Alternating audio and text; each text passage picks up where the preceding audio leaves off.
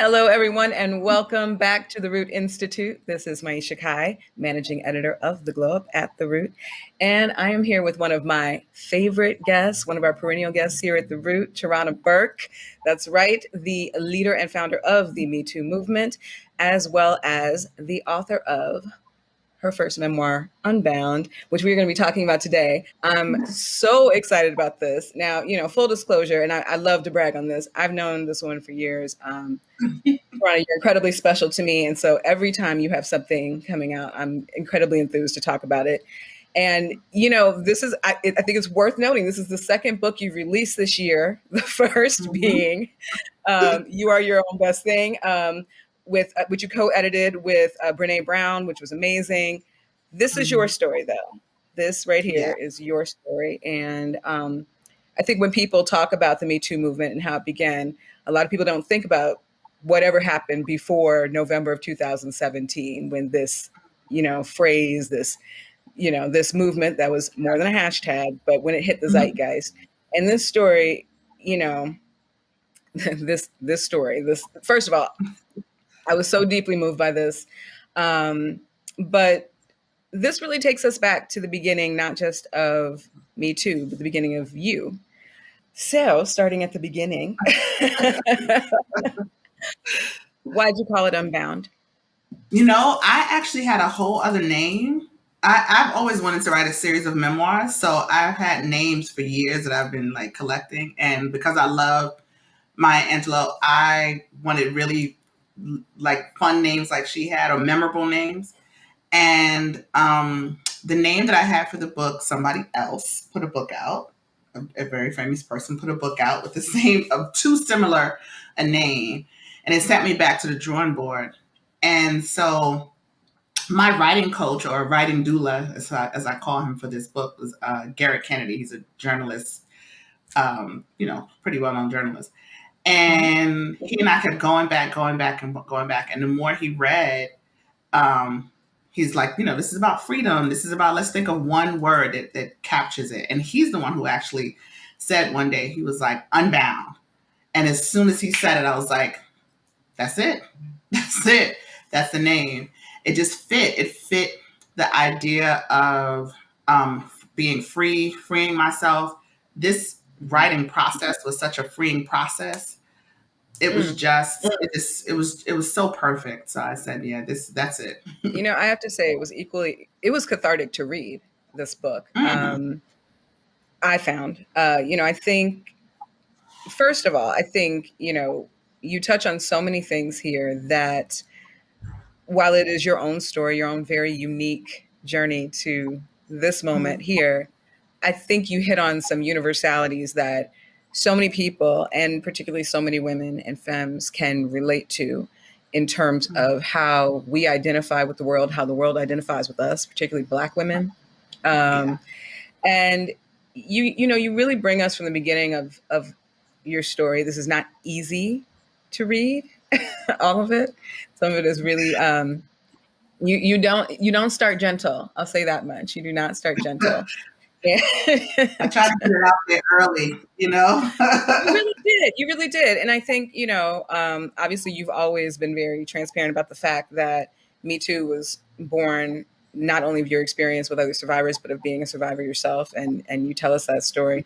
But you also talk about, it's something I think a little more general that we don't always think about in the terms in which I think you so artfully phrase it. And this is something that struck me, probably because I am somebody who has worked so long in the beauty industry, which is about this idea of beauty and how it is weaponized, particularly against women, but particularly against Black women. Yeah. And how you frame this in your story. And it made me think of a couple of things, and not just the way that beauty is used to qualify or subjugate, or ultimately subjugate overall, really, women, whether you're being affirmed or demeaned by it. But also this idea that our parents sometimes get afraid to tell us that we're beautiful. I don't know. That was something that kind of kept, the theme that kind of kept coming up for me.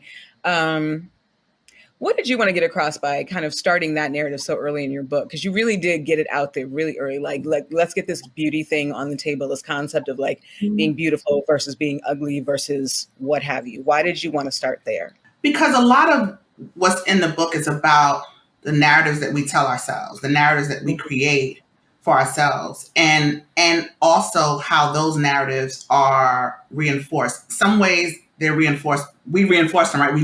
You create a narrative, and then you look for the evidence that is true, and we get attracted to the evidence that is true. But in other ways, it's like how I was going to say how white supremacy works in some ways. There are things that are just true because, it's negative things that we tell ourselves. But then there are things that are true. They're not necessarily true, but that we believe because it's reinforced in the world. Right. And so I live in a world where those things have been reinforced over and over again. So much so that when I was experienced the abuse, I connected it to those messages. Oh, this must have happened to me because I look this way. And for years I couldn't remember, and I still don't remember like verbatim what was said to me when I was 7 years old or during that first incident. But I had this false message in my mind that said, oh, this is what happens to ugly little girls. And there's literally, that's not a real memory. I realized later on, like, that's not a real memory. That is a memory that I planted in the story almost, to try to make it make sense. And so I wanted to confront that for two reasons, because how it's connected to the history of violence I experienced, but also it's connected to the kind of violence that we experience still, right? The way that people try to disqualify, particularly in the Black community, the way that people try to disqualify me and the things I have to say or my opinions and thoughts is because we can't listen to her. She looks like so and so, or she ain't who raped you. Nobody would rape you. You're too ugly to rape, right? It's these things that we can go to like the lowest common denominator and try to use that as a reason. No matter what you think about what I look like, the statistics about Black women and rape are still the same. No matter what you think about me, what happened to me still happened to me.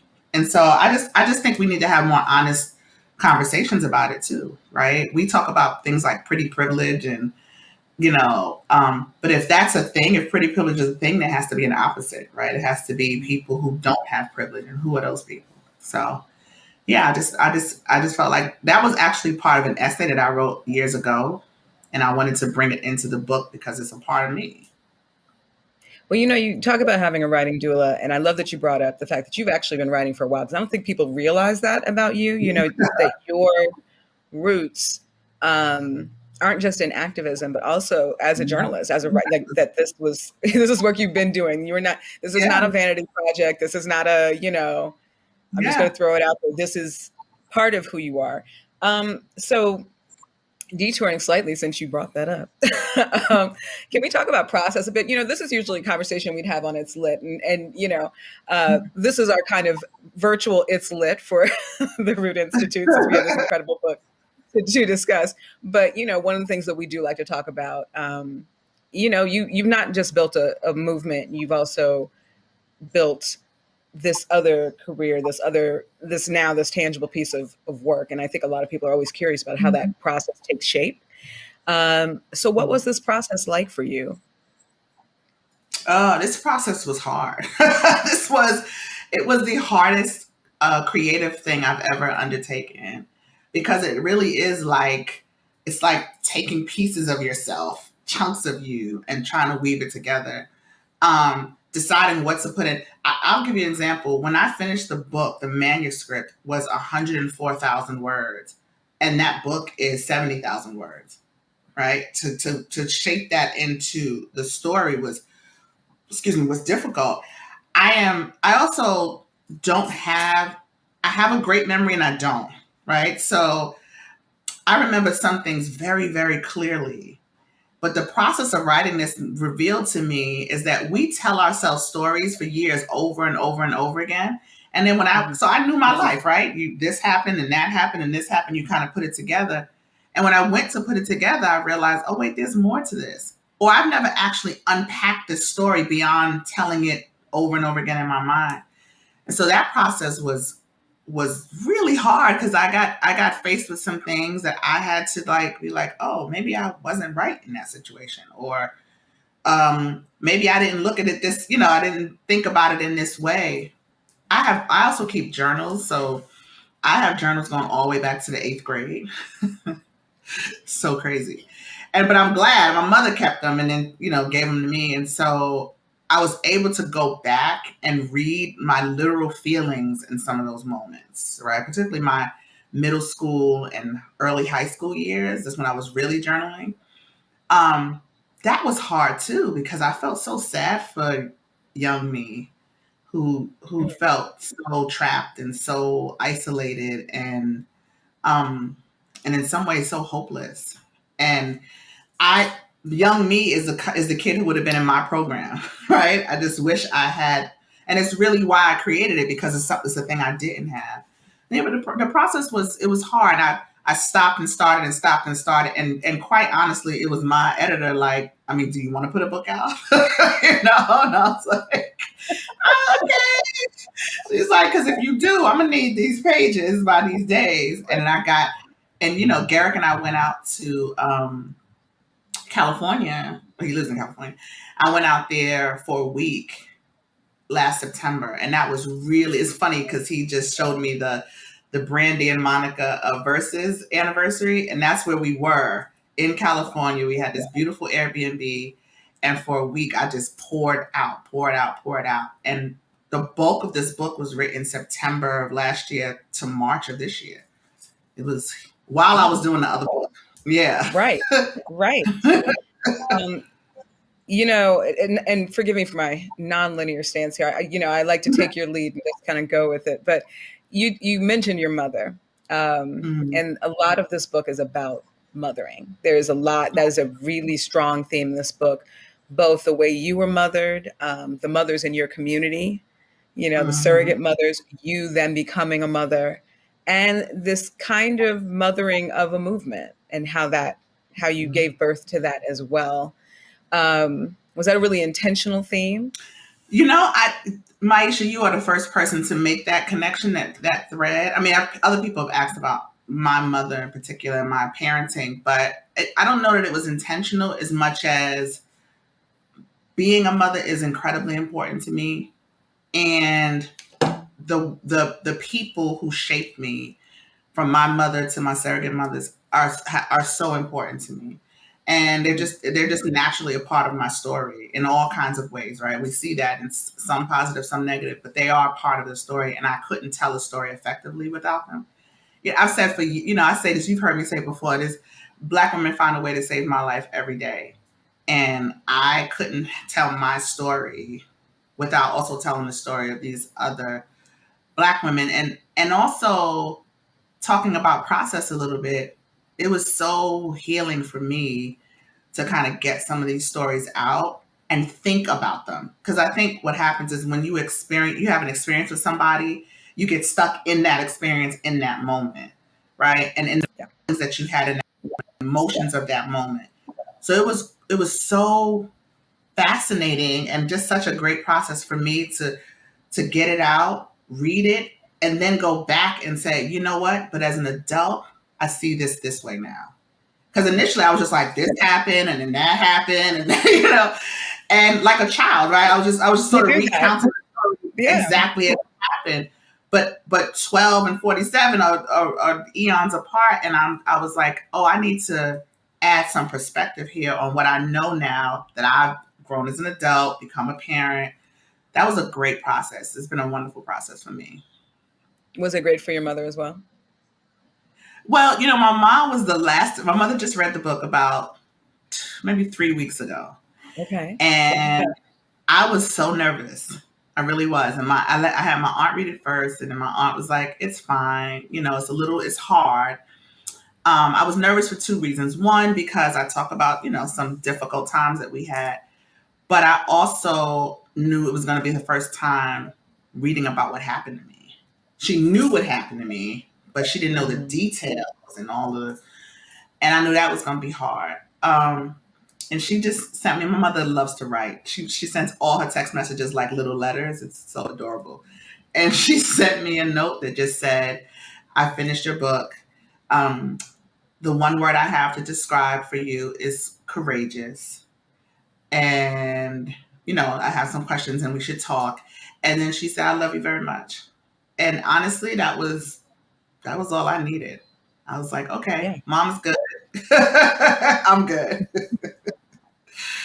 Yeah, well, one of the things I think is so gorgeous about what you do in Unbound, um, which is, you in that conversation in particular, you talk about the fact that this fallibility, there's a vulnerability, a thread of vulnerability that runs through Hmm. this as memoir, but also this grace that you are giving yourself, and that I think you're giving your mother, other people in your circle, this this idea, because we do tend to idealize our mothers, for instance, among many others. Um, this idea, this humanity that you bring to pretty much everyone Hmm. that you describe here. Um, but courageous is a word for sure, because you also do something that I don't think many people would be. I- you take on some pretty heavyweight figures in this book that you have Hmm. personally encountered, that you have had personal experiences with, that prove themselves to be fallible in some very human and sometimes inhuman ways. Yeah. Um, what was that like as a challenge? Were you ever discouraged from kind of name checking certain people, or recounting things as they were? you know? Yeah, I mean, I am sort of girding my loins for Mhm. whatever, response people are going to have about that. Nothing I wrote in the book about those people is not public knowledge. I just think, again, it lends, this is, I wrote about that because not only do we have a culture of silence in our community, we have a culture of complicity. Yes. And if we're Yes. going to dismantle rape culture and undermine the violence that causes sexual violence, then we have to unpack all of it. Yes, there are the people who actually harm, and then there are people around them who create the space for them to harm. And sometimes it's unintentional. And most of the times it's not malicious, but it does happen. And everybody has to be accountable for the role that they play. And I feel like we cannot, part of the problem is that we lionize these people in a way that makes them untouchable. And so then when they are harmful, there's no entry point to critique them. That's why we have the backlash against the celebrities that we see, right? You can't talk about Cosby, you can't talk about he's a human being. And we are all fallible. And so it was scary, but I did that with permission. I talked to, family members, um, and they were very supportive. And you know what I'm saying? I ain't never scared. No, I'm just playing. But I'm just That saying, bronch, at this, it that has to be bronch said. just leaps out. It just comes out. It's time, right? It's time for us. It's time for some truth telling in ways that, because I also think truth needs to come from within the community, right? So Mhm. that we have control of the narrative, so that we can talk about accountability. So it's not somebody else prescribing it to us, talking about people who we love. We need to close the curtains and have these conversations internally, right? It'd be different if there was some historian who's just uncovering such and such and making it salacious. It's not for the salaciousness. There are lessons that need to be learned, and Mhm. and and conversations that need to be had, and we should be the ones initiating those. Entirely agreed. And I know one of the things that stuck out to me here is, you really call out something, and you do it quickly, but very, I think, effectively, which is that we place so much of the onus for the sanctity of our bodies onto little girls and little boys, and okay, don't let anybody touch your private parts, and we don't talk about the power dynamics, we don't talk about the whys, the wherefores. I mean, even, I would say even in the broader spectrum of not just sexual violence, but just sexuality in Right. general. In I general, agree. I don't know that Mhm. we all possess the language early on to understand the difference between um, sexual contact and intimacy per se, right? We have these conversations about, sharing certain parts of our body, but not about the feelings, the emotional That's maturity attached that to that needs to accompany that. that, Right. right? And I Mhm. felt like you really look, those were trigger points for me reading this book, where I was like, right, like why aren't we having those conversations? Why, like, because that's part of an empowerment conversation too, Yeah. beyond just don't let this thing happen to you, or here's how you avoid it, or here's how you even recover from it, Exactly. you know?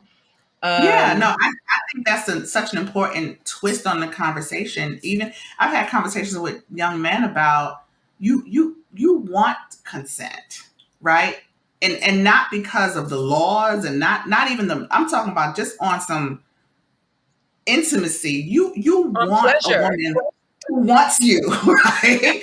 That's something, it's going to elevate that experience in ways that you can't even imagine. You don't want Mhm. to have a non-consensual, like, I mean, there's obviously people who get off on that kind of thing, but in a general sense, yeah, we need to have different conversations, and certainly ones about intimacy and respect and love. And it doesn't even have to be love all the time, right? It's just Right, when you want to be intimate with somebody, what that should look like. right. I Anyway, mean, the pleasure is as, yeah, emotional as it is physical, right? right. Um, but let's talk about this movement that, is now coming up on its fourth Fourth recognized birthday, member. but now, Right, right, right. for you, for you, much longer, decades now, I think. Yeah. This is This actually 15 years for me. Right. That's what I thought. I was like, we're well over a decade with Me Too, as some of us were familiar with it, and as the world is familiar with it. Obviously, that's a little different. But you know what? It's okay. It's okay. It's here. And you talk about that too. You're very transparent, and you've been transparent with me before about this, which I've appreciated. But now you're kind of coming clean with the world about what that in that moment when your life's work is being placed on a global stage by somebody other than you. Oh yeah. Like, how does that feel? Like, you talked about somebody else famous, getting to the title of your book before you got to put it out. And Me Too is like that, but like amplified a By a hundredfold, million. right? Like a Right. million, 5 million, and then amplified in this way that, in some ways, seemed to counter what your intentions were. Hmm. Now, obviously, I know some of how you have been processing that, both emotionally and professionally. But in framing this book in the context of that, because that is really where we open here. We begin Yeah. at that Day one. flashpoint, day one of your new life. um, why did you want to start there? Like, if nobody read past the first 10 pages, why did you want them to get that story?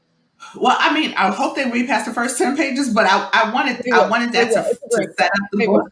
will. Like, keep going. But I wanted that to set up the book because it does not cover the last 4 years. The book itself doesn't cover the last 4 years. And so for me, that was sort of the going backward. It was centering us in how this all started. And I wanted to be really honest about the range of emotions I went through, because when you read the story of how I got to Me Too, and you compare that to how hashtag Me Too came about, they're so vastly different that I think it sets it up. I needed to restate that, and to add the part that was like, this is why this was alarming to me, and rightly so, right? Because of what we had seen happen with Black women in the world. I really wanted that to be clear. And then so when people read the story, they're like, oh, I get why, because this wasn't nothing like what she was trying to do. Right. and the sacredness of it, being lost. Not just like, again, you see that in the book. It's not just like, oh, my work and put my name on it, but like the sacredness. I have been in spaces where people take pictures with me and they're like, on the count of three, let's say me too, and I'm like, are you? Not that's not really how that works, you know. Because people, it's such a pop culture driven society that people get a catchphrase and they kind of water it down and they just keep going. And that's the Me Too lady. And he got Me Too. And who's going to be Me Too next? And they kind of use it casually. And I'm like, that means something.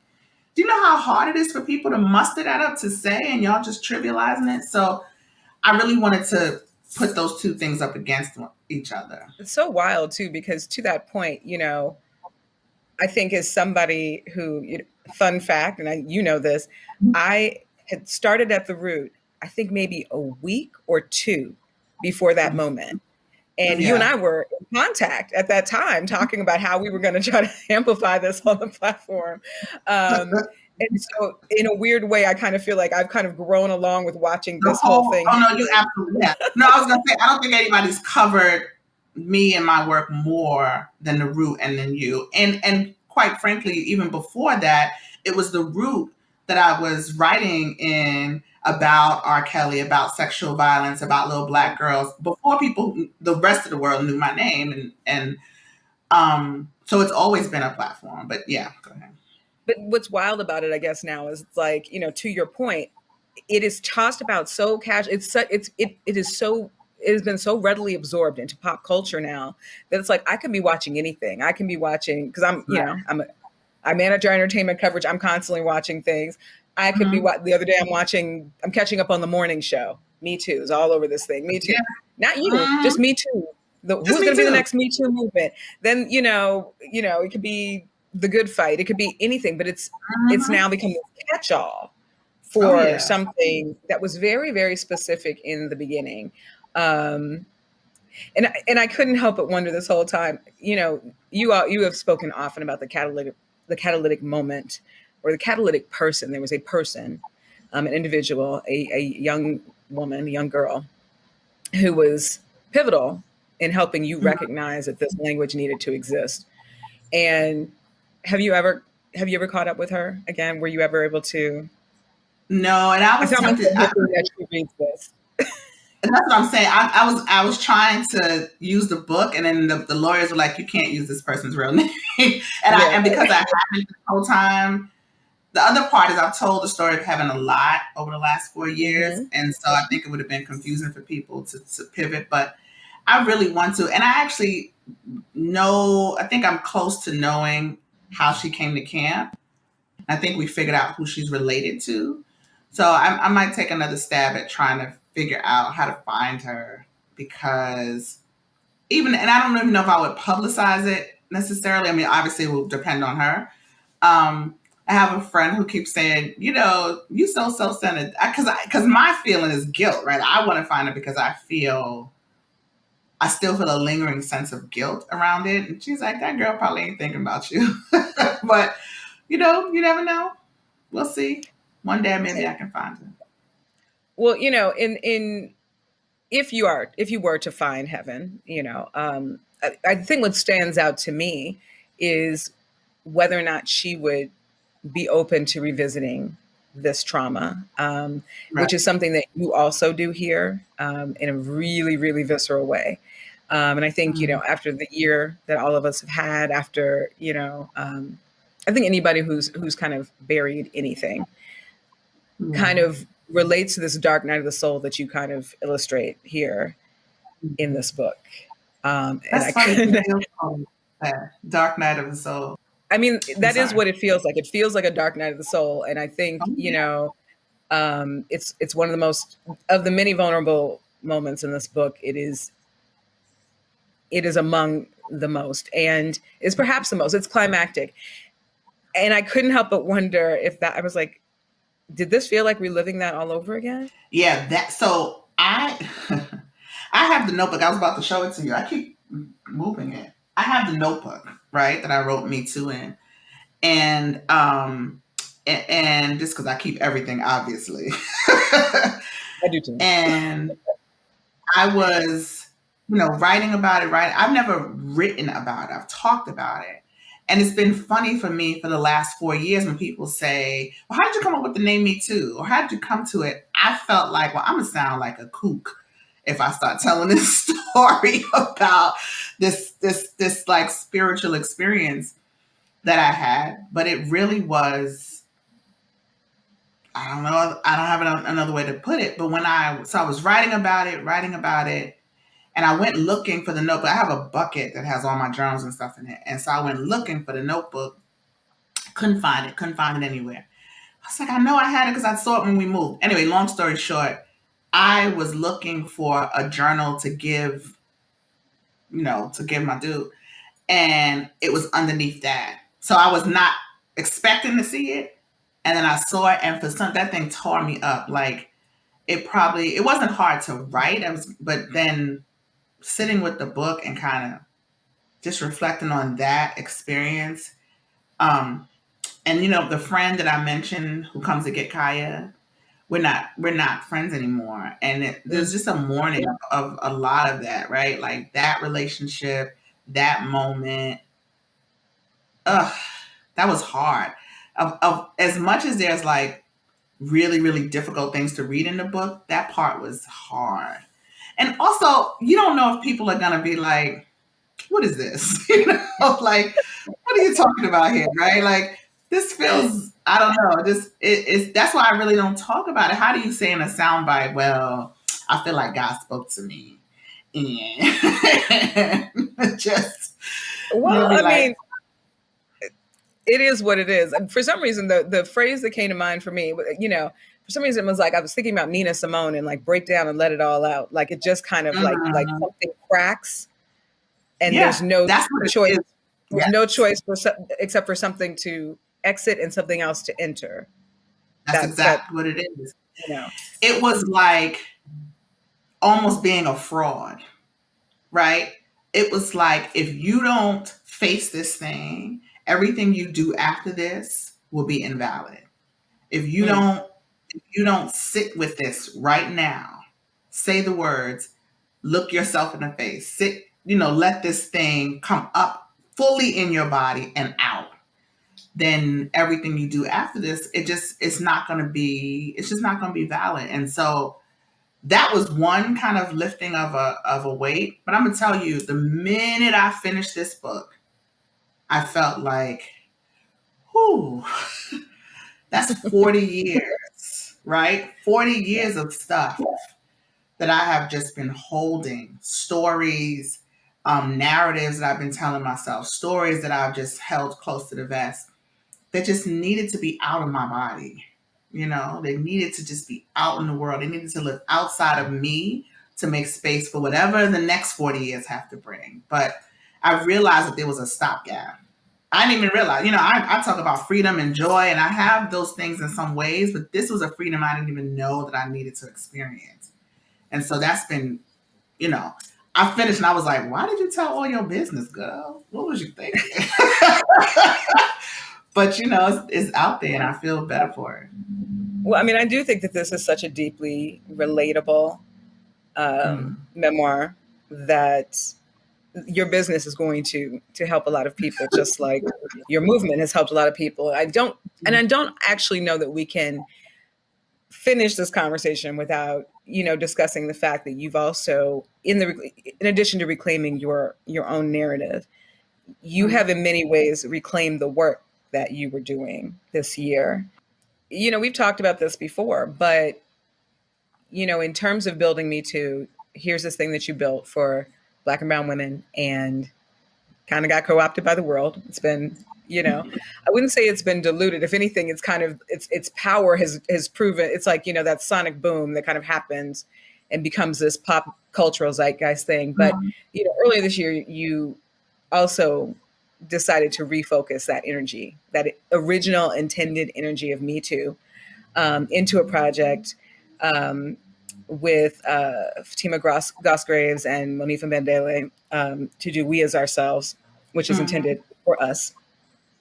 Are there any lessons that you learned from this experience of building, launching.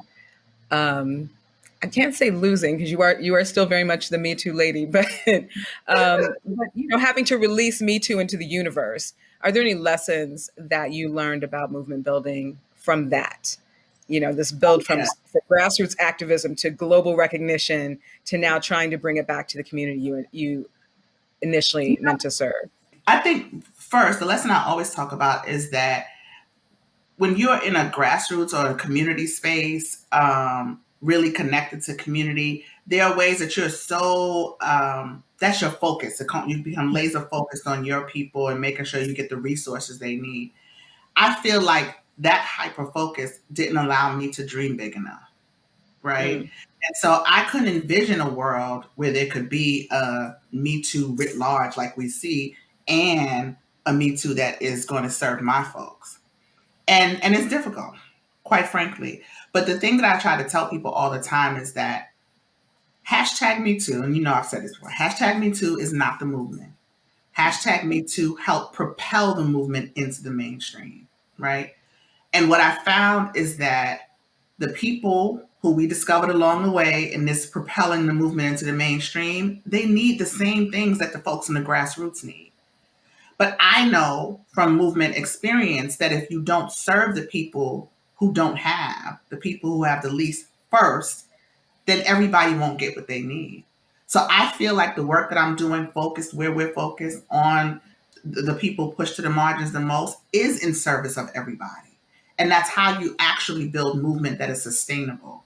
When you build movement that starts at the top, there's nowhere to go but down. And when you go down, not only are you going to fall, you're going to fall on top of those people who you should have been serving in the first place, right? Everybody loses. And so if you build it from the ground up, if you start and keep your focus where it should be, at the end of the day, everybody will get what they need. I think that is a universal truth about movement building.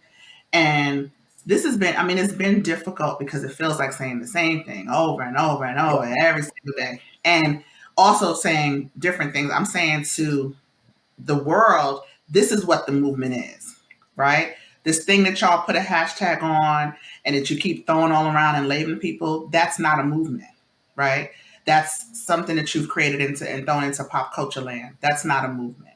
But as long as it keeps the movement conversation in the public sphere, it's fine, right? We'll do our best to get our arms around it.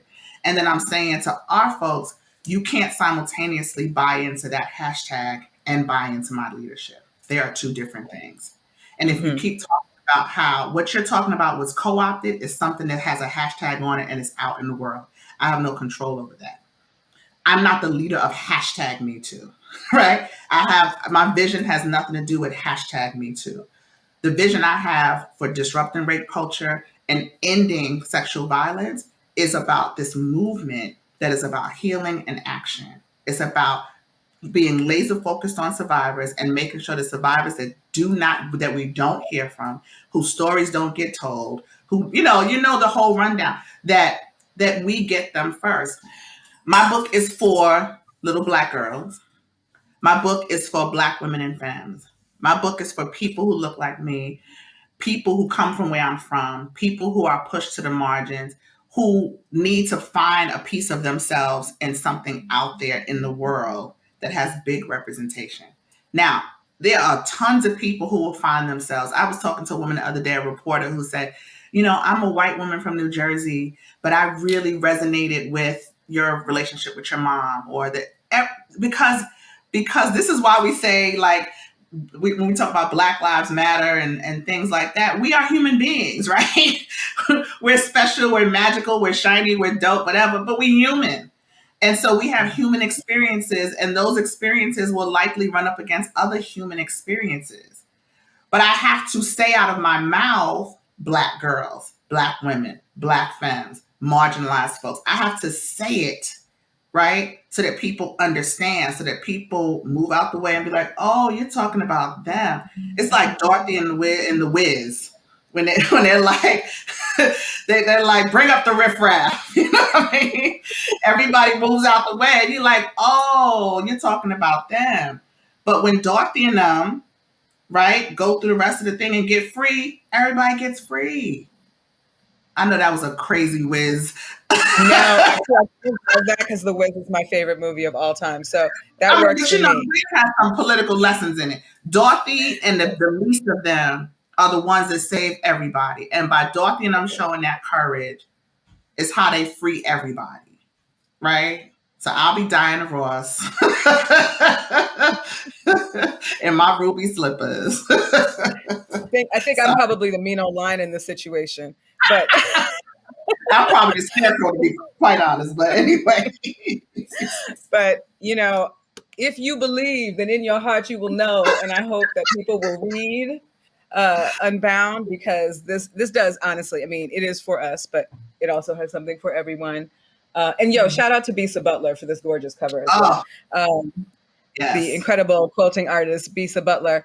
And Tarana, as always, thank you for coming and sharing your story with us, and thank you for sharing your stories with us in Unbound. I think it's going to help a lot of people. And we love you. We got you. I'll be back. Thank you.